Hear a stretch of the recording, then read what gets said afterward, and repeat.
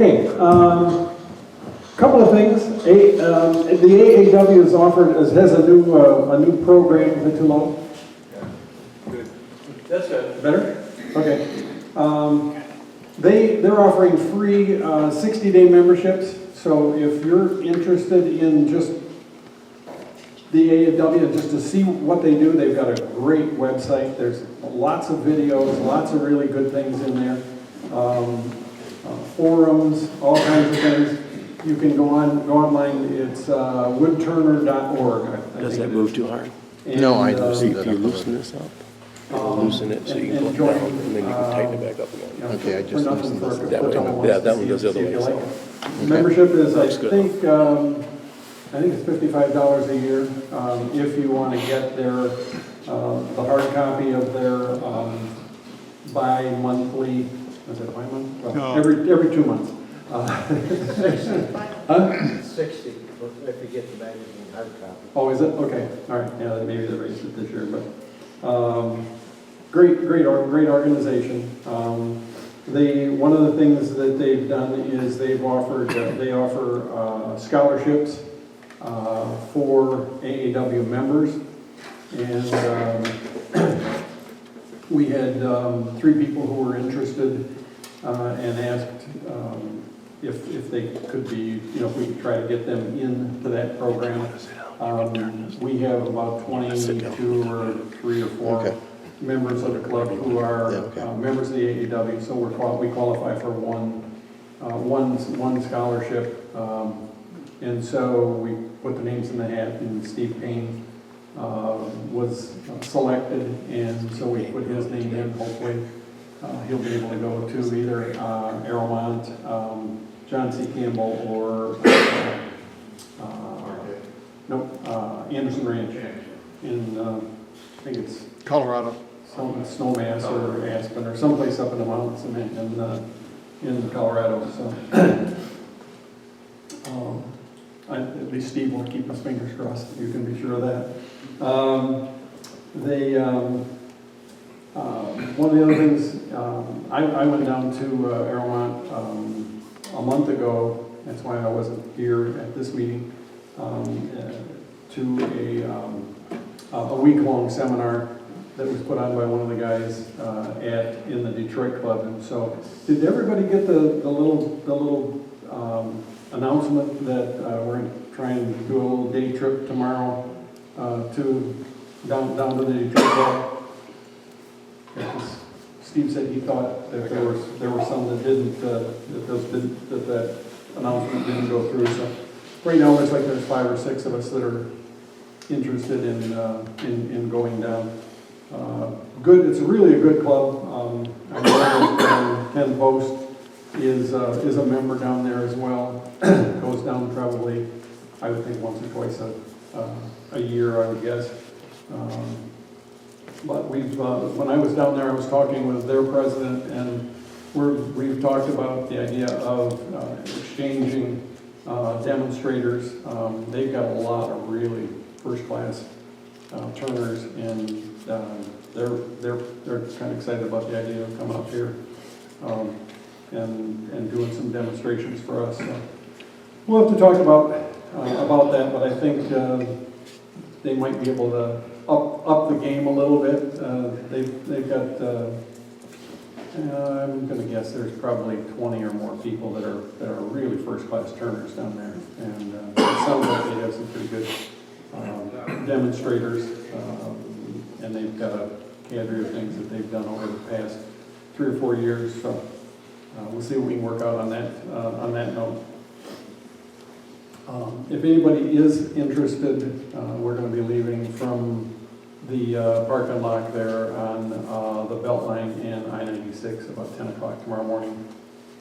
Meeting starts at 1 and probably go a couple of hours, so probably be back by 6 o'clock.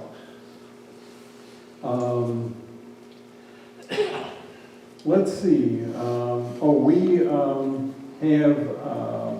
I think I put something in the newsletter. The Woodturners Wonders.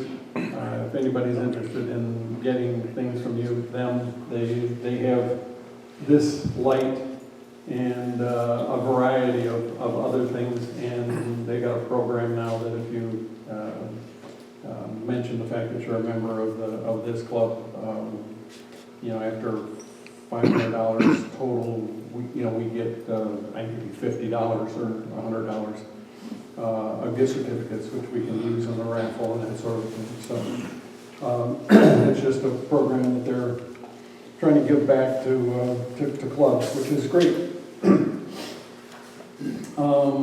We have two members of the club who've kind of stepped forward finally and offered to be on the leadership committee. Peter Vandermeer. We don't know what he's going to do, but and Mark Zettel. Where's Mark? Mark's back there. I don't think I can swim it around I there. need demo people, so step right up.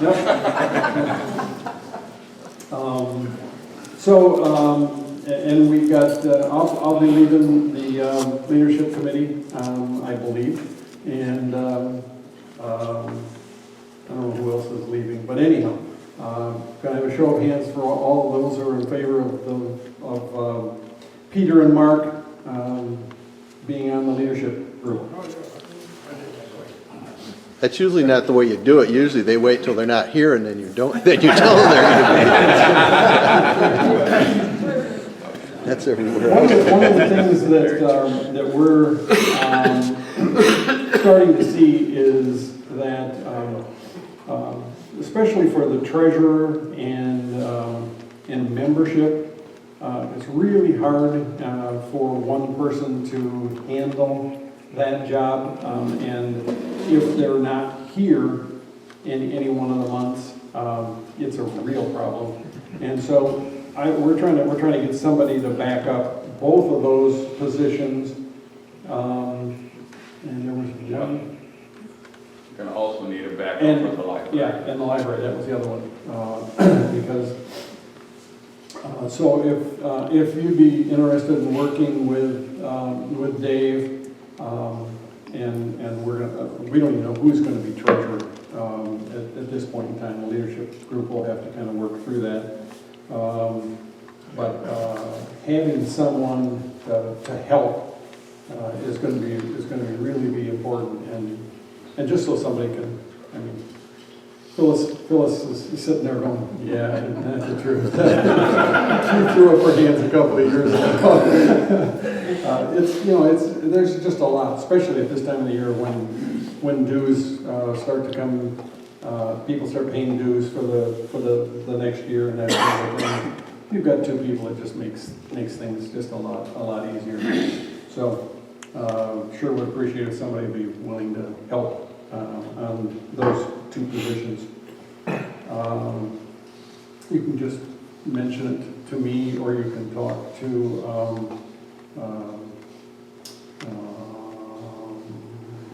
where am I here? I guess Ken at this point in time, treasurer, and or Doug, yeah. And we'll see if we can't get those filled up a little bit. The library, basically, we've taken an inventory, and over the course of the last 5 or 6 years, about half the library is missing. It's just gone. So, there's over $1,000 out of the treasury that is just not here. So right now we're basically trying to regroup and figure out how we're going to change things. It's going to have to be done on a checkout basis. Maybe 2 months, and maybe we even have to. We'll have to follow up if you haven't turned something in after 2 months, and might have to put a $5 fine or something. But we've got to, and at this point in time, we haven't even confirmed. But I suspect we will continue the library. But it's going to cost us at least $1,000 to replace those videos or those DVDs and books and. Dave? And if anyone has books or videos that they aren't using anymore and would like to donate to the library. It would be a great thing to do, and then we can share information and ideas that way. The other thing is, if you've got a list of the things that are missing, and pass that around, or issue it, send it out on the email. Because if we've got them and we're not currently using them, we might want to just donate them. Yeah, yep, Some of the stuff, I bought some of those videos myself, and they know they were in the club group, but I've got extra. Okay. And then you might get them in. I'm glad you probably get rid of And then them. you can zoom back in on them. Yeah, because that way I will be able to update the Yeah. list Just of saying a what we couple things. have. Exactly. And have a better supply of it. So if there are things that you aren't using anymore, But if we know what's missing too, we might be Right. able to just Yeah. replace it, and then Sure. the club doesn't cost anything yep, to good club. idea, yep, okay. Festival, we've decided that we're gonna participate in festival again, next summer. We're gonna get started, by, anybody who's interested, in participating in festival, it's usually that first weekend in June. And, we're gonna require that, and they changed things, and I think Ken probably explained that to you last month. So there'll be a $20 deposit, and 15% of the sales, will come back to the club to pay, offset the $600 cost that it's gonna, that we're gonna have to pay for the booth space. So you can start, signing up and give Ken your We're $20. gonna have to have everything, people who are interested, probably no later than January 1st, because that's when we're gonna have to fill out the paperwork and get everything set up and back to them. Yep. So please, get with me.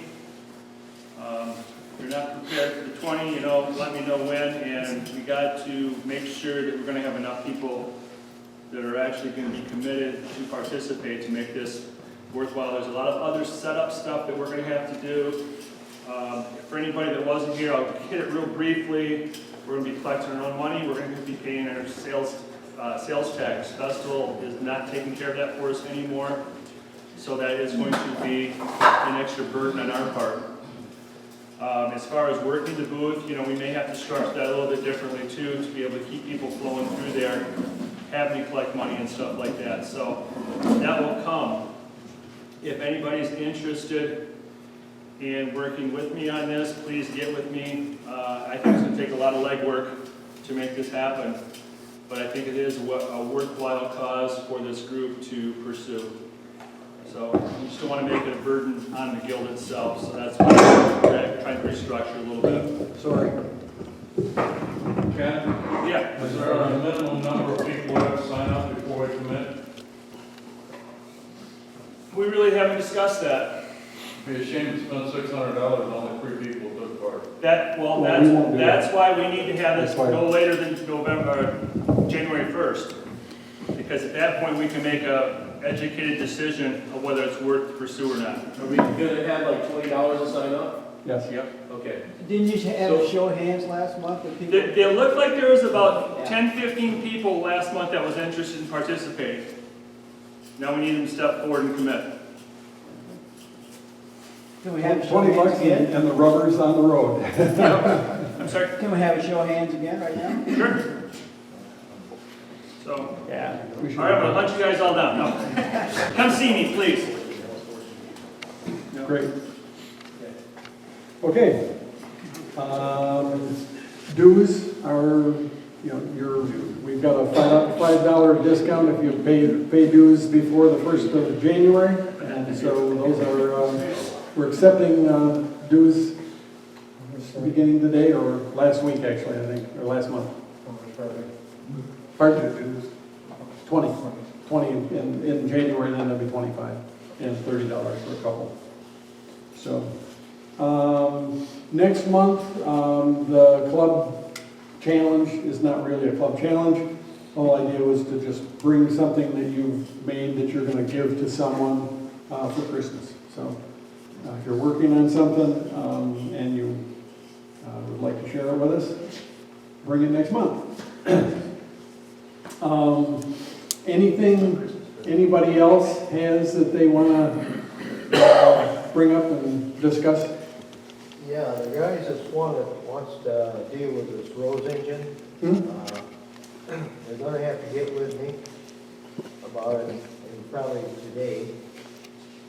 I'm gonna be laid up, for about 3 months. You are? Yeah. Okay. So, A lot of surgery going on. huh? He says there's a lot of surgery. Yeah, I had to replace the bone in my hand. Okay, all right. I had my shoulder replaced 3 weeks ago. You just saw somebody walked in with a sling. What'd you have? I'm not sure yet. It just doesn't work? The anesthesia's still wearing off. Don't remember. It's not working right now. I'll find out more next week. Okay. Yeah. But anyhow, that's, they need to get it, and get squared around on that. Okay. Do you want to just try and meet? We How- can how- come back here, I tried to set up a meeting before we got here this month, but nobody ever contacted me on it. Okay. And, Okay, well, meet with George, right there under the arch of the grand arch. Yeah, Ralph. Commercial, I brought in some 2-4 and 1-inch faceplates, so it'll be all sun wash. Okay, great. Anybody else have anything they want to I had something. put on the table? Our meetings here, for everybody, we're recording these, and since we've been in this location, we record these and put them on video every month. They're on YouTube. So if you miss a meeting, you can catch it. Like in 2 weeks, I'll have this made and I'll have it posted to our YouTube. And then the meeting, there's 2 accompanying videos. One will be our meeting, then one will be our demonstration. So if you miss a demonstration or if you want to see it again, that is also on YouTube. So, and if anybody's on YouTube right now watching this, subscribe to our channel, okay, and give us a thumbs up. That helps. Gotta start pulling that plug, you know. So yeah, you can catch all these meetings later, and we've got everyone since we've been in this location, which has been since what, April maybe. So, and then our challenge for January, we mentioned it last month, is it's a follow up to our last demonstration today, which will be making a bowl with bowl gouge only. You can use a carbide tool to make the foot, to mount it, but once you've got the foot made and you've got that thing mounted, it's a bowl gouge only bowl. No carbide tools, no scrapers, no spindle gouges, and no sandpaper. Yes. you can leave the foot on it when you bring it in January. You can leave the foot on it because then you can go home and you can finish it. But we want to see how we've done with just the bowl gouge. So that's the challenge. Yes. To separate 2 halves. To make a lid. Oh yeah. Yeah, if you're gonna pull that, yeah, go ahead and use a party tool to do that. But once you're doing the cuts, yeah, you lose a lot. Yeah, if you're gonna cut a lid out of it, go ahead and use it for that. But when you're actually cutting the bowl, that's what we want to emphasize: no scrapers and no sandpaper. Okay. All right. Great. Good. Does it have to be one tool or multiple? Or all you can use all your bowl gouges to do it.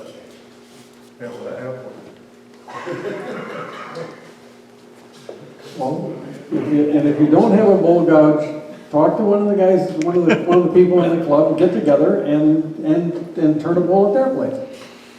You know, you'll have a lot of fun. So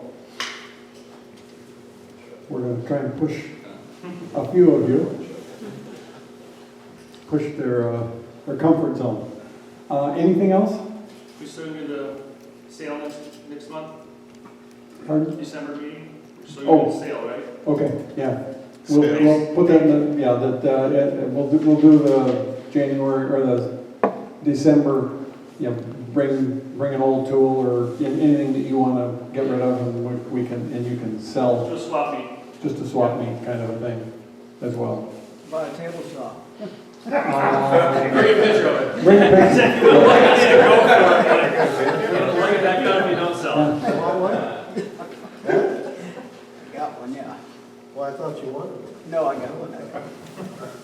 And then with Christmas also, next month, we're asking everybody to bring a little plate or something. Okay, Like we did last year, right, make a little Christmas party. We got a handout. yep, We got enough stuff, we're gonna have a handout for what we're bringing. that's right. That's right. Okay, we'll take a break and get together in 5 or 10 minutes. And show and tell? raffle and show and tell, and Ron will walk us through the inside of the bowl. Okay, we're gonna do show and tell. Give that Um, to Tim. Who wants to, who wants to lead it? Back. Tim? Anybody? Anybody want to lead it? My name's Adam Bockert. It's a piece of figured maple. A friend of mine made vertical wedding platters out of this figured maple log for a friend. He gave me everything left over, and it was significant. It was about a 7-foot log is what was left over. So I got all these really nice figured pieces, and they've come out beautifully so far. Just sanding, sealer finish. It's not even finished all the way yet, still has its tenon on it, because I discovered when I took it off the lathe to give it a final buffing inside, there's a couple of rings in the bottom I don't like, so it's got to go back on and get sanded a little bit more, but just a nice little natural edge piece. And then I also brought, just to show, I've talked about, it's what I do to a lot of my green wood, and that went through that process as well. I alcohol dry a lot of stuff, and this was a green cherry log Wednesday morning. I went and the alcohol came out Thursday night, and they get bleached out a little bit, but this little cherry salad bowl I made the exact same way, and the color comes right back beautifully when you finally turn them down. They don't, doesn't have any long-term effects. And this will be done, it's cherry so it goes kind of quick, but this will be done as far as rough turning goes, probably Monday or Tuesday, 4 or 5 days for green wood. A lot of times on the more forgiving woods to being able to finish turn them. If it's something that holds moisture a little longer, maybe 3 or 4 weeks, but really fast. Does it distort much? Not much at all. I mean, you can look at this one and you'll see it's still pretty true. I mean, it'll take a little bit of cleanup, but I mean, you could leave it pretty thick even if you like a thicker look to your work. So you roughed it, then soaked it? Yeah, I rough them out to whatever shape I'm looking for out of the piece, and then they go in my trash can full of denatured alcohol. It's not full, but there's probably 7 gallons in the bottom. You can do it in a 5-gallon bucket with about 2 gallons and submerge most work pieces. A good way to bring your level up without spending more on alcohol is also to use marbles, river rocks, anything like that that'll give you displacement that you can bury your work piece in. I've also seen guys take and put them in big Ziploc bags and just fill the Ziploc bag, suck the air out with a straw and seal it. It does the same thing, because all you're looking to do is submerge your... Does that taste like How about that? You're just looking to get it so that it's completely covered in alcohol, so that it can displace the water inside. You probably said it, but I didn't hear it if you did. Yeah. How long do you leave it in the alcohol? To me, what I've discovered, any period of time more than 24 hours. A day or more. I've had them live in alcohol. Sometimes I've gotten busy with other stuff. I work another full-time job. I've had them live in alcohol for a week before. It doesn't change. Once they're in the alcohol and the water is displaced, it'll only displace so much of the water, and it doesn't change. Nothing changes after that. So at least a day. If you leave them longer, don't worry about it. Also, don't ever be discouraged if you do get into the practice. You'll find your alcohol is going to turn like dark. I do a lot of walnut, so mine is almost like a walnut wash stain, and a lot of my work will come out a little stained. But you cut in sandpaper would take off the discoloration that it puts on there. wrap the outside in like a brown paper to like encourage drying from the center, or do you just let it air dry? I do sometimes wrap them in brown paper, but I've really discovered as I do this more and more, it's really almost unnecessary with most woods. Just lay them relatively flat somewhere so that air can get underneath them. And if you want to just be a little safe because it's a bigger piece to slow down distortion, wrapping them in brown paper doesn't. How often do you have to change out alcohol? 'Cause obviously it's becoming dilute. I've been doing it this way for about 6 months, and I've never changed my alcohol. I continue to add to it to keep my level where I want it to be. I like to be able to have 5 or 6 pieces in the alcohol at one time. Okay. But I've never changed it, I've never replaced it. My alcohol content, you can smell it when every time you open the lid. There's still plenty of alcohol in there. And I think it's because you take enough out, as the piece comes out, it's pretty wet. Safety-wise, where do you think this container is? Is it outside? In my shop. In your shop? Yeah. Next to the water. Next to the grinder. Next to the grinder and the electric heater and The wood stove. yeah, it's a fair question. I just have a trash can with a lid on it, and if I'm concerned about anything like that, I do occasionally, like when I'm leaving stuff, if I'm leaving anything on, I'll throw a trash bag over the whole thing, just so that I'm not creating any vapors or anything like that that might spark off or anything like that. But it's never been an issue really. You walk into my shop and you don't smell alcohol. Okay. Yeah, it is. Not that kind. Only in the operator. John, you want me to throw it to you, John? No, that's all right. Yeah, this stuff, I've done a ton of that, Jerry. Yeah. That's actually from that old box to show. This was, This is what everybody knows. pardon me? Oh, I'm sorry, John Barrett. This was from an oak burrow that someone gave me. Didn't realize it at the time. I put it in my up in the loft in my barn to dry in a bag. And found it to be full of ants, so before they ate the whole thing up, I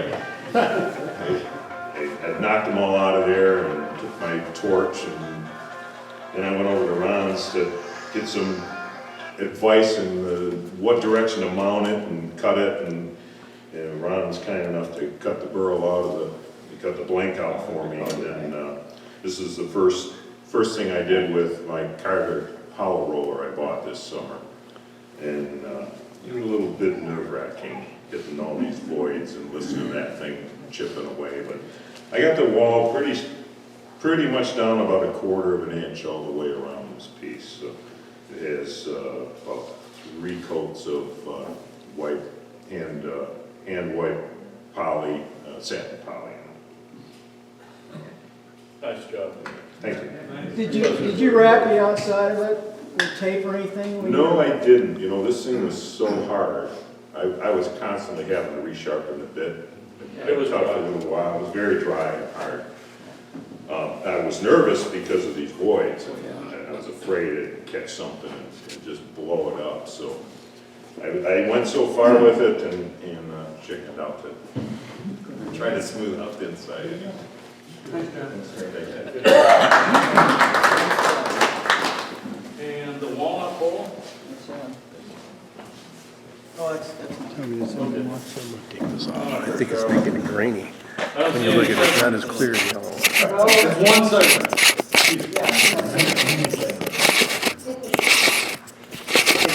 Hang on, he's gonna zoom out. There you go. I started bowl turning a couple of years ago, and I think it was in October. I got a green piece of walnut, and I turned it, and it distorted. And I hated it. I put it up on the shelf, and I just got it out like last week and finished it up.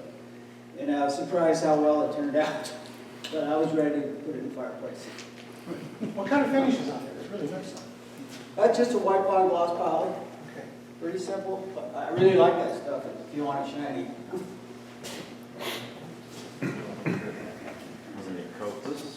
piece is whose?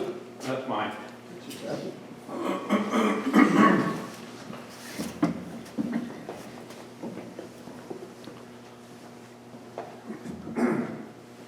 Haven't got the name on the bottom yet. Dave Miller.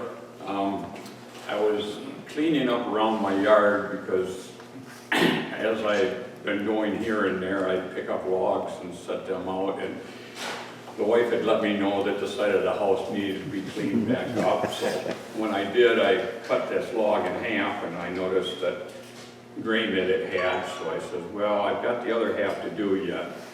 But yeah, it just turned out beautiful with the spalting that was in it.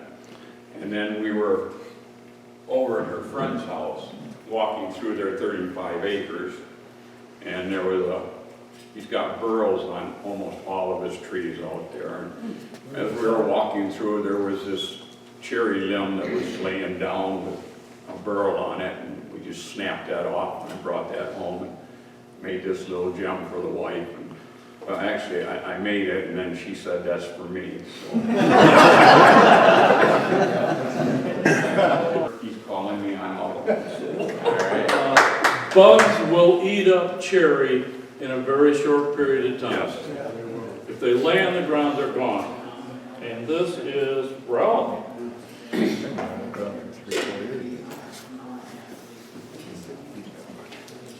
Ralph Lindell. This is a piece of Norfolk pine, and I believe I got it here at the Club of the Raffle something a year ago. So, there was a couple of pieces, and so I figured I might do something with it, and ended up with this hollow vessel with a lid.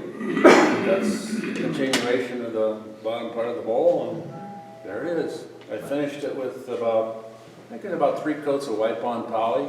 I really like that. It soaks into the wood really good. And you sand it on a 400 grit paper and polish it up a little bit, and the finish is there. It's just incredibly nice, and amazingly, I think that this wood is pretty hard. It's not soft like you would think pine would be. So there you go. Nice. Good job.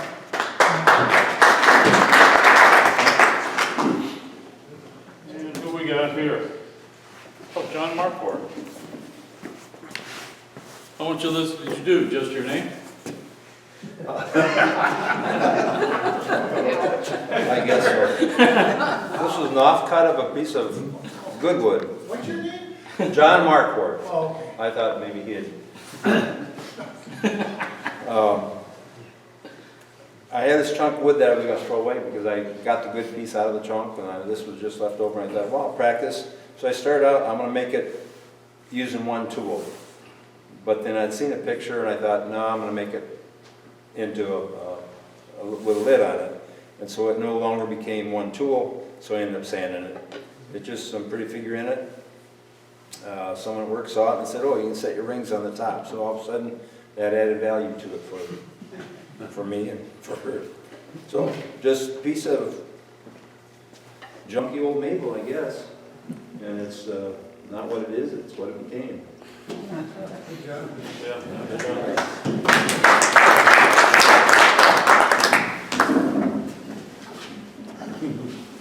we got here? Very good. Actually, I have 3 pieces. All right.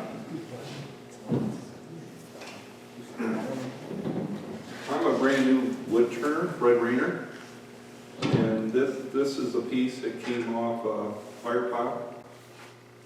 It's just a piece of cherry, been sitting in the fire pile for about 3 years.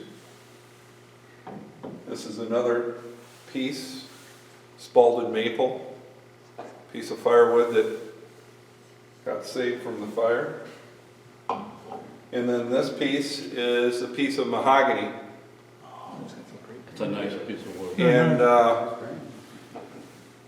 no, I did not glue it up. It's actually pattern making material from the old Fisher Body jam plant in Kalamazoo that I think it closed over 20 years ago. And somebody asked me if I wanted these ugly pieces of wood that he had laying in his barn. And I said, yeah, I'll turn something out of it. And was shocked at how beautiful it turned out. Had to wear a respirator with it, and also had to resharpen my bowl gouge just for the interior probably 25 times for that little bowl. Quite abrasive. Thank you. Very nice. We got Rick Cruz. As you said, I'm Rick Cruz. I've been turning probably about 6 or 7 years, on and off. More recently, I've been turning a lot more. Back in May, my dad asked me if I could turn some calligraphy pens. So I said, well, let me see what I can find. So I had my phone with me and I punched in calligraphy pens or dip pens, and lo and behold, Penn State had them. But they were out of stock. It wouldn't be back in stock until after summer. And so as soon as they came back in stock, I ordered a set. And these here are 3 of them. I've got a walnut one of the Spectre blanks, and a piece of spalted maple. And this walnut has been in my family for a little over 50, 60 years. And before my dad bought it, or got it, it was drying 10 or 15 years before that. So I'm 49, and it was in the house when I was born. Sitting down in my dad's basement, waiting to be used. He then moved it to the house that we have over in Flushing, and was sitting upstairs for the last 20, 30 years. He just recently got it all milled down and gave me a bunch of offcuts from it. And so this was the first pen out of it that I turned. I decided to start practicing on my my beads and whatnot, so I think this one turned out pretty good. He wanted a Harry Potter themed pen, so I think I'm giving him what he wants. And he told me he will buy all 5 of the blanks, or all 5 of the pens from me. So, okay, no problem. And this here was a bowl that I started. This is a bowl that I started before the event over at the Grand Rapids Public Museum for the Maker Fair. I started it just before that. I had it fly off the lathe on me. So I said, heck with it. It's going to sit for however long I feel like letting it sit. It sat for about 2 months, and I put it back on the lathe. I re-trued up the tenon and turned it. And I got to a point where it started cracking and pieces started coming off, and I said, okay, I found it good. And this is actually a piece I got from the guild that they were going to throw out as firewood. And when I started turning it, I saw the grain, it was like, oh, I mean, to me it's a beautiful piece of wood. There's a long crack in it here, that's why I stopped. I didn't know how far down, or how far in it went. And it started splitting, so I just said, all right, I'm done. So, and I'm not even sure what kind of wood this is. So, that's pretty much it.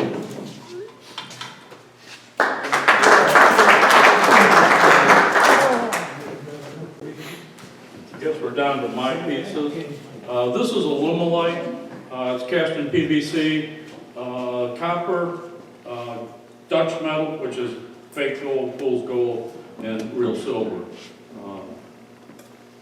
Turned with the sphere, Carter sphere jig, buffed for about 15 hours to get it this clear. It's polished back with micro mesh and then buff.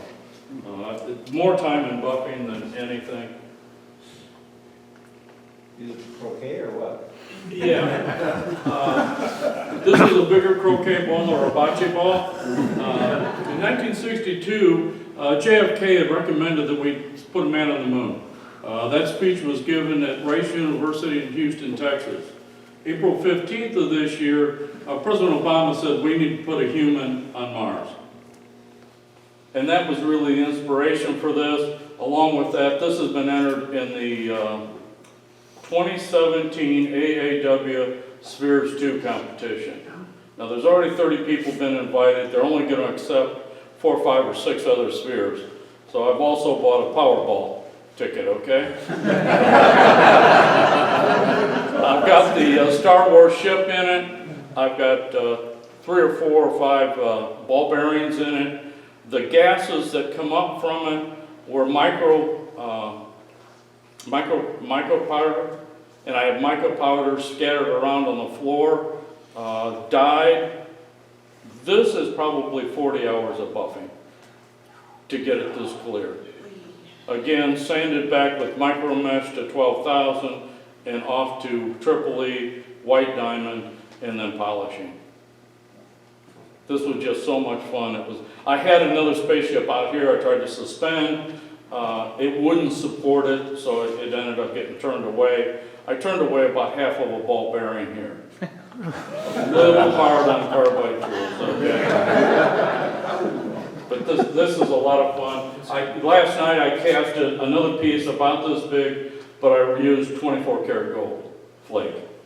It's about $60 of gold flake. I hope to have that turned before I leave out next week, because I don't have a buffing wheel with me. So again, I'd like to enter that in spheres too. This is Alumalite. It's big leaf maple here. I bought Washington State when we were out there, and Alumalite. Alumalite's a 2-part resin. You put it under pressure, 50 pounds of pressure. Alumalite's headquarters are down in Kalamazoo. I bought a 10-gallon mix, $600. I've just about got it used up now. Having a lot of fun with it. No, seriously, a lot of fun. Is there any question?